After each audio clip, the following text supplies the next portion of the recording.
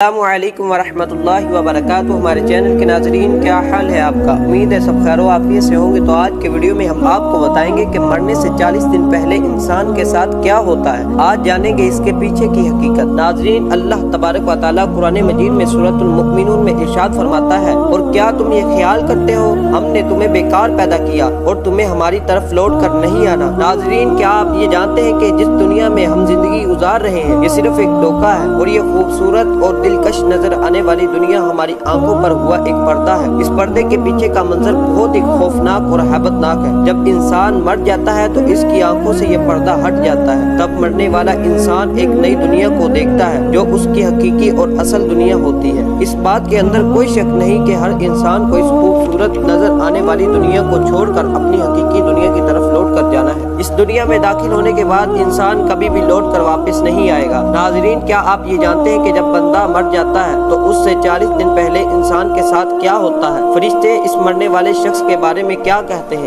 آسمان پر انسان کی موت کا فیصلہ کیسے کیا جاتا ہے؟ اور روح نکالنے والے فرشتے انسان کے پاس آ کر کیا کہتے ہیں؟ ناظرین، ان تمام تر سوالات کے جوابات آج ہم آپ کو قرآن و حدیث کی روشنی میں بتائیں گے۔ تو میری آپ سے گزارش ہے کہ ویڈیو کو بغیر اسکپ کیے پورا دیکھیے۔ تو ویڈیو کو شروع کرتے ہیں، مگر اس سے پہلے آپ ہمارے چینل پر نئے ہو تو اسے لائک اور سبسکرائب کرو اور بیل آئیکن کو دبا دو تاکہ آنے والی نئی اور معلوماتی ویڈیو آپ تک پہنچتی رہے۔ ناظرین، اللہ تعالیٰ نے قرآن مجید کے اندر انسان کو پیدا کرنے کا مقصد بتا دیا کہ ہم نے انسان کو صرف اور صرف اپنی عبادت کے لیے پیدا کیا، اور یہ بھی بتا دیا کہ انسان نے ہماری طرف ہی لوٹنا ہے اور اپنے اعمال کا بدلہ لینا ہے۔ ناظرین، اللہ تعالیٰ کے عرش کے نیچے ایک درخت ہے جس کا نام شجرۃ المنتہا ہے یا سدرۃ المنتہا ہے۔ یہ درخت کتنا بڑا ہے اس کا اندازہ اس بات سے لگایا جا سکتا ہے کہ اللہ تبارک و تعالیٰ نے جتنے انسان اور انسانوں کے علاوہ جتنی مخلوقات پیدا کی، ان کی تعداد اور ان کی گنتی کے برابر اس کے پتے ہیں، اور اس کے ہر پتے پر تمام انسان اور جاندار کے نام موجود ہیں۔